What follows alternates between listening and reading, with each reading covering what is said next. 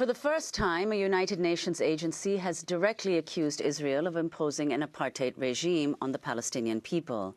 The report also urges governments to, quote, support boycott, divestment and sanctions activities and respond positively to calls for such initiatives. The findings come in a new report published by the UN Economic and Social Commission for Western Asia, which is comprised of 18 Arab states. This is the head of the UN agency, Rima Khalaf. The importance of this report is not only because it is the first of its kind, one that is published by one of the United Nations bodies that clearly and frankly concludes that Israel is a racist state, that has established an apartheid system, that persecutes the Palestinian people, but also it sheds light on the essence of the Palestinian cause and the conditions needed for accomplishing peace. The report met with immediate condemnation from Israel and the United States. UN spokesperson Stefan Duracek told reporters in New York the report was published without any prior consultation with the UN Secretariat.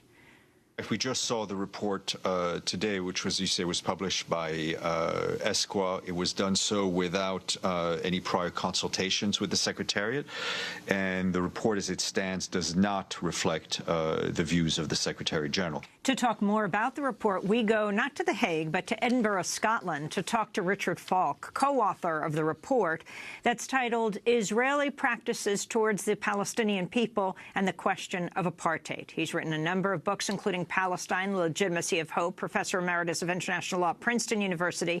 He previously served as the UN Special Rapporteur on Palestinian human rights. Professor Falk, welcome to Democracy Now! Can you talk about the main findings of your report and how unusual this report is within the United Nations? Yes. As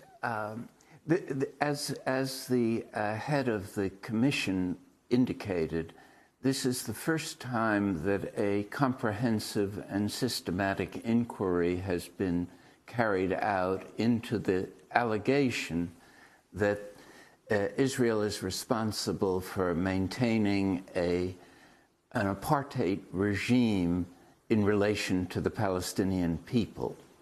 One of the distinctive features of the report is to treat the Palestinians as a whole, and that's quite innovative as far as the discussions of the applicability of apartheid to the Palestinian circumstances is concerned. And that means distinguishing between Palestinians that live under occupation in the West Bank and Gaza, or as permanent residents in Jerusalem, or as a Palestinian minority in the State of Israel, and finally as refugees or involuntary exiles. What the report argues is that Israel has pursued a policy of fragmenting the Palestinian people in order to maintain the domination of a Jewish state over these different categories of Palestinians, and has done so in a way that is systematically discriminatory and is responsible for deep suffering over a very long period of time with no end in sight. Unlike other forms of international criminality, this is an ongoing crime, according to the analysis in the report, and there is no end in sight, nor no political process that can adequately challenge this set of policies and structures that have been applied to the Palestinian people. Well, Professor Falk, I'd like you to say something about the agency that commissioned and published the report, the UN Economic and Social Commission for Western Asia. The membership of this agency, there are 18 Arab members, a number of whom don't recognize Israel. So do you think that that might raise questions about the legitimacy of the report? Well, these Arab members of ESQA did was to ask that such a report be prepared. And Virginia Tilley, professor at the University of Southern Illinois, and myself were asked to prepare this report on a contract basis. It doesn't represent a UN finding as such. It is a report commissioned by the UN that has been received with approval, but there's been no formal endorsement of it.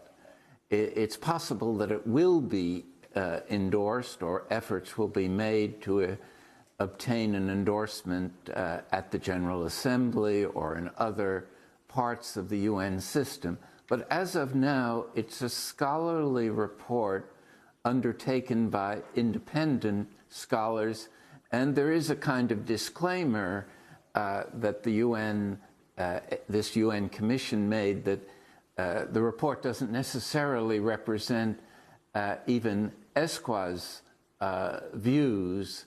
It is the views of the two of us who prepared the report. So Israel's UN ambassador, Danny Danon, issued a statement saying, quote, the attempt to smear and falsely label the only true democracy in the Middle East by creating a false analogy is despicable and constitutes a blatant lie. The U.S. ambassador to the United Nations, the former South Carolina governor, Nikki Haley, said the U.S. is outraged by the report.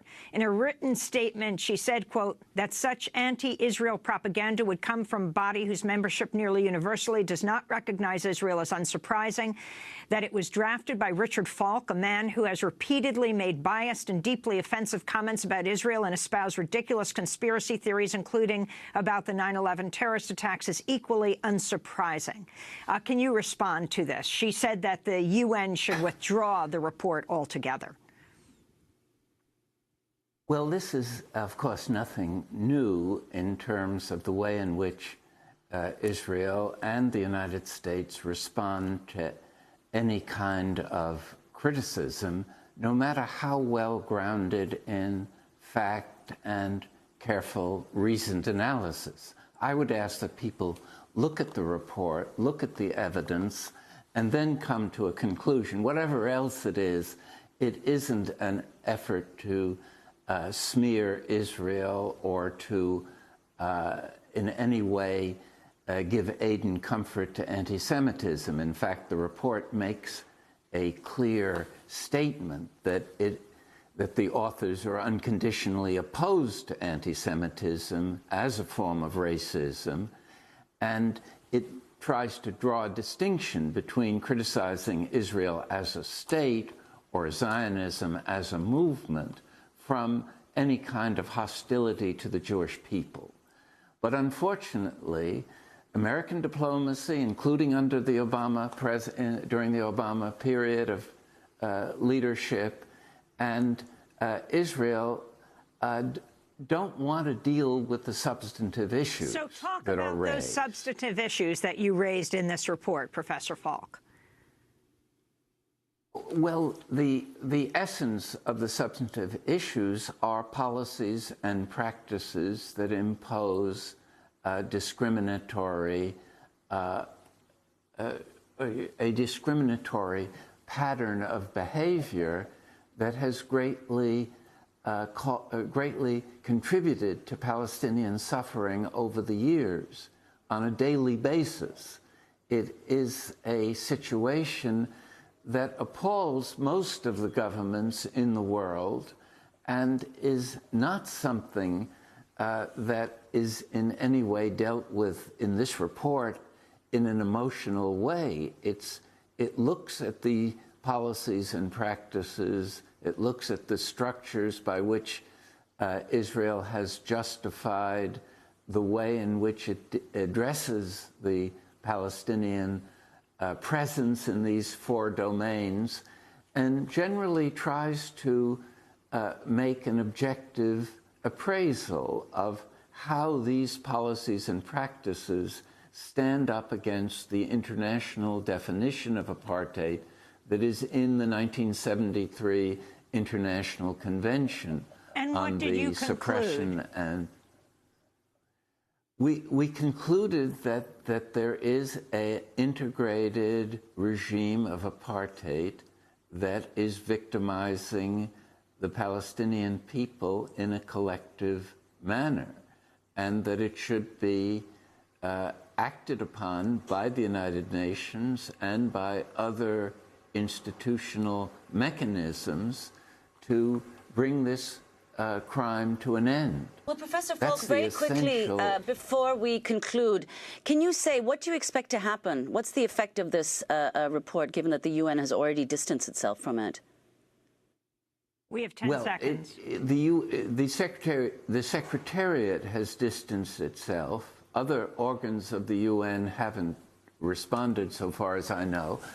Our hope is that this report will lead to a careful inquiry by appropriate organs of the UN, and that if our analysis is persuasive, that it will have some political consequences. Richard Falk, we want to thank you for being with us, joining us from Edinburgh, Scotland, co-author of the report, Israeli Practices Towards the Palestinian People and the Question of Apartheid. Thanks for joining us.